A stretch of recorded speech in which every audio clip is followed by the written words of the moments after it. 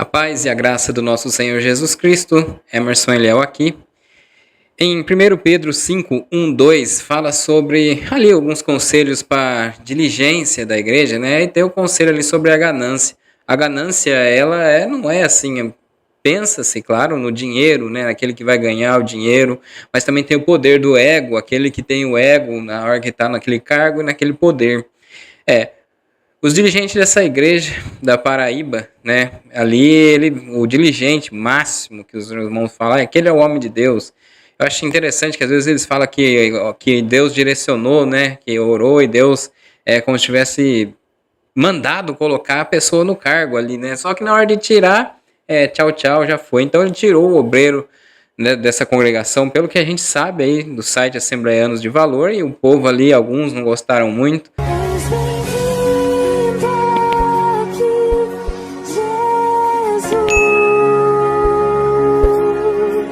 Isto é o meu corpo, que é partido por vós. Fazer isto em memória de mim. Semelhantemente também, depois de cear, tomou o cálice, dizendo: este cálice é o novo testamento do meu sangue. Fazer isto todas as vezes que beberdes em memória de mim.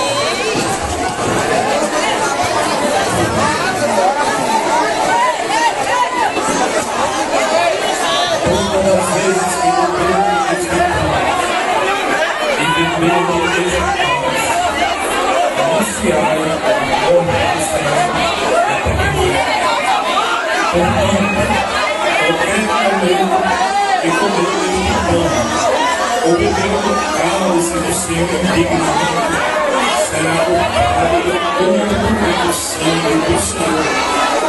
Examine-se, pois, o homem a si mesmo, e assim coma deste pão e beba deste cálice, porque o que come e bebe indignamente, come e bebe para a sua própria condenação, não discernindo o corpo do Senhor. Por causa disso, há entre vós muitos fracos e doentes e muitos que dormem. Porque se nós nos julgássemos nós mesmos, não seríamos julgados. Mas somos julgados, somos repreendentes pelo Senhor, não sermos. O problema é que o obreiro, né, foi tirar satisfação na hora da Santa Ceia da igreja. E aí causou essa confusão toda.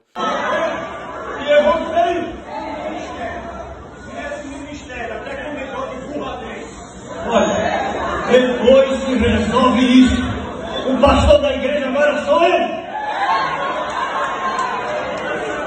Essa é a Assembleia de Deus da Paraíba, ali com a liderança ali, né, sendo o pastor José Carlos de Lima.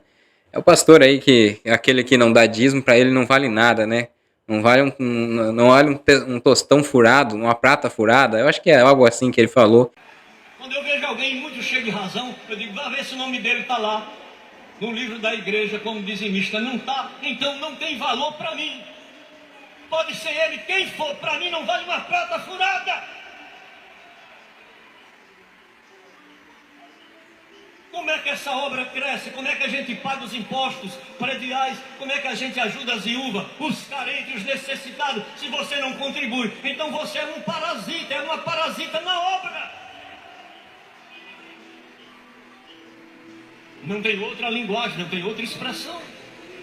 E ainda quer falar? Enfim, né, é a maneira que ele se expressou para aquele que não dá dízimo na igreja. É incrível que esse pastor aí também está ali pedindo a cada dia mais, né, ajuda na igreja, sempre ali, né, nessas questões de oferta, que ele falou que quem não dá não vale nada na igreja. E aí tem umas situações num sítio dele, que eu vi um vídeo há um tempo atrás aí, que acontece alguns milagres no sítio, e tá atraindo turista, né, atraindo bastante gente para aquele sítio.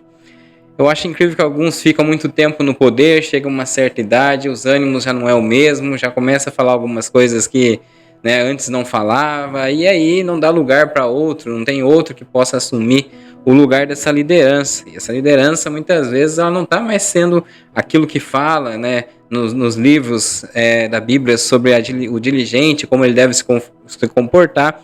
Muitas vezes não está sendo mais dessa maneira, né? E aí vai mudando as questões, os pensamentos, não sei se vai ficando um pouco mais com menos paciência, não é mesmo? Isso a gente fala de outras denominações e ultimamente, né, os ânimos estão, essa questão mesmo aí, muitas vezes esse obreiro já teria falado com ele algumas vezes, é muito provável que já teria conversado e não ouviu. Para ele chegar, precisar falar na hora do culto, né, porque já estava tentando resolver a situação.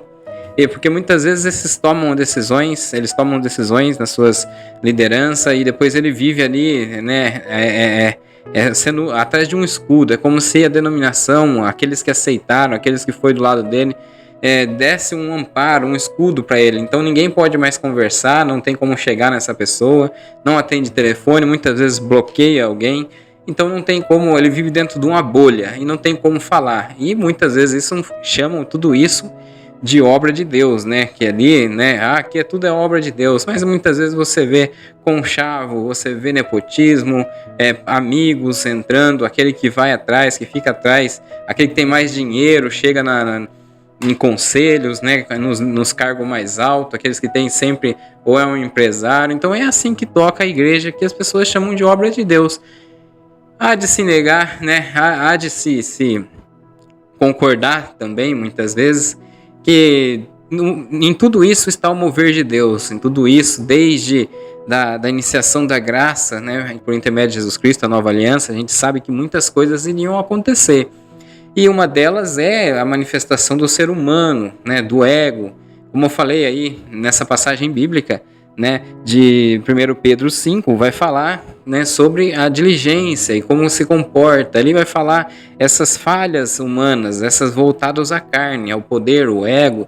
E você vai perceber que isso aí é o que está acontecendo, né, irmãos? Aí está vindo à tona, de acordo com a mídia, alguma coisa começa a acontecer, alguém já vai lá e filma ou grava falas de pessoas que estão falando muitas vezes de maneira do seu ser, de dentro de você, né, dentro dele mesmo. Ele começa a expressar aquilo que está no coração dele, né, porque o crescimento da obra, quando alguém está do lado deles, que é a favor de construir mais igrejas, de crescer a obra, aí sim tem tudo com eles.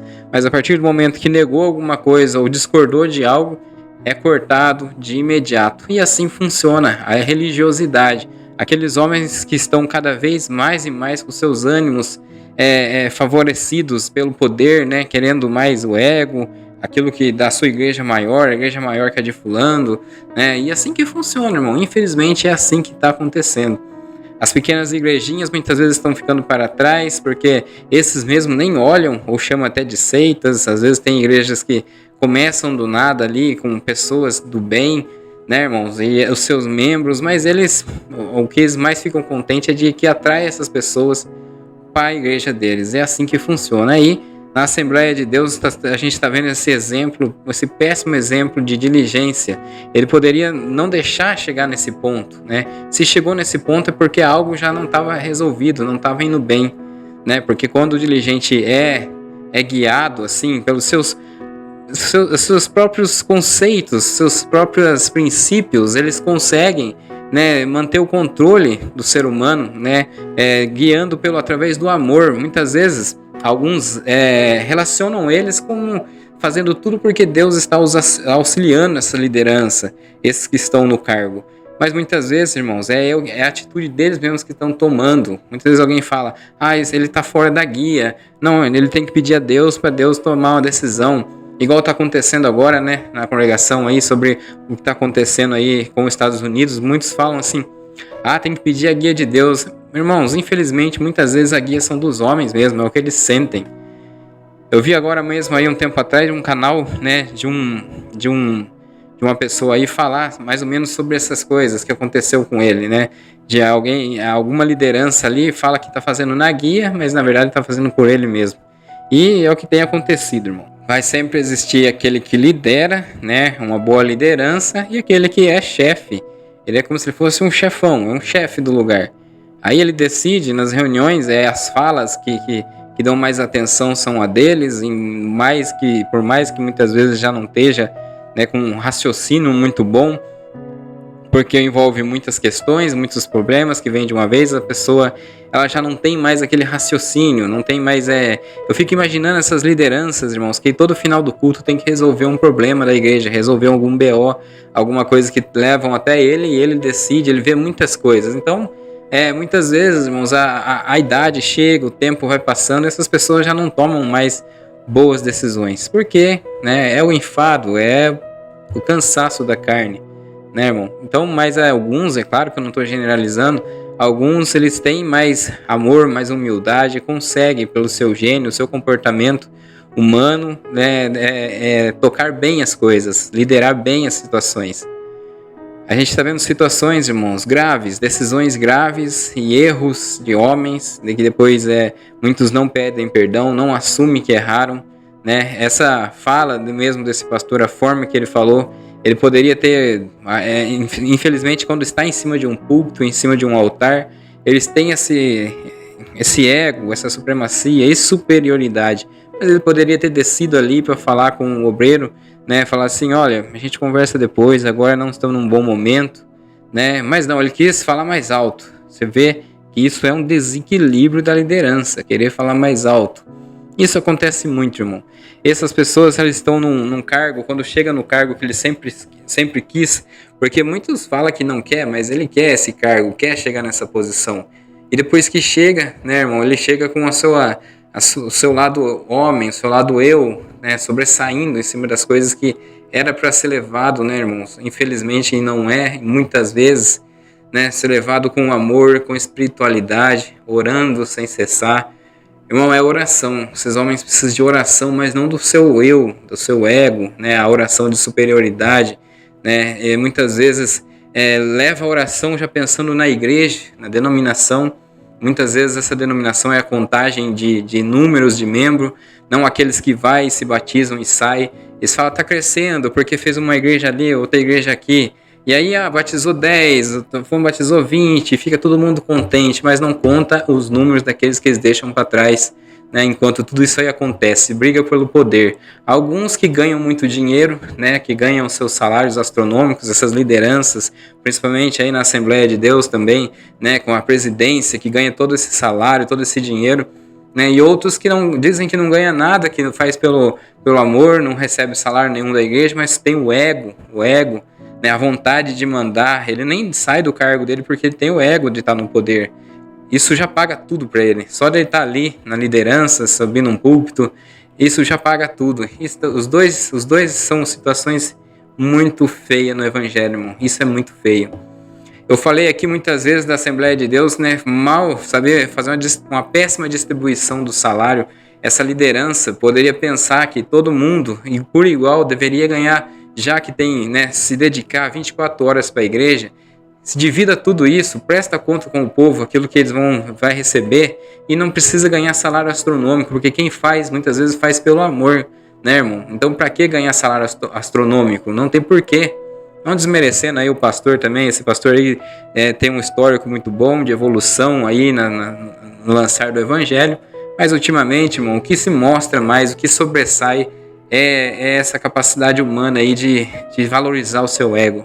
Então, irmão, muitas vezes que eu cobrei, falei assim, que tem pastores aí que recebem aquele salário mínimo em igrejinhas, né, em cidades menores, que às vezes tem tanto problema quanto um pouco maior, e outros aí já recebem mais, e sabendo que alguns, por pouco, vai numa cidade grande, não liga de trabalhar mais, porque gosta de mais pessoas, mas só que essa desigualdade na Assembleia de Deus é o problema. E muitos problemas que vem acontecendo de ego, de poder e desmando é o que está sobressaindo agora nas igrejas, está demonstrando tudo isso a público. Tudo permissão de Deus, irmão. Tudo que sabíamos que um dia ia acontecer. Tudo isso está vindo à tona, mostrando a cara de muitos, né? Já porque Deus sabia que isso ia acontecer e mostrando o que é, na verdade, a obra de Deus, né? A gente sabe que muitas vezes nas Escrituras tem falado Jesus Cristo que não importa aonde, nem aqui nem ali, quando falou para a mulher samaritana, mas que seja em espírito e em verdade. E muitas vezes isso tem ficado para trás, né? Aquele que não é contra nós, é por nós, também tem ficado para trás, né? Aqueles que falam assim, eu sou de Paulo, eu sou de Apolo, eu sou de fulano, né? Eu sou do apóstolo tal. Tá acontecendo cada vez mais, irmão. Tá acontecendo cada vez mais. A gente vê as igrejas dentro dela com os rachas, dentro do ministério, e dando um péssimo exemplo para a membresia. Mas é isso aí, irmão. Deus abençoe a todos. Se inscreve no canal, aquele que não é inscrito, deixa seu joinha aí, deixa o seu like para esse vídeo ser relevante para o YouTube. Não esquece do like, não esqueça de compartilhar para aqueles que precisam, né, sair da bolha e reparar em tudo, analisar tudo e reter o que é bom, né? Assim como Paulo dizia. Deus abençoe a todos. Até o próximo vídeo.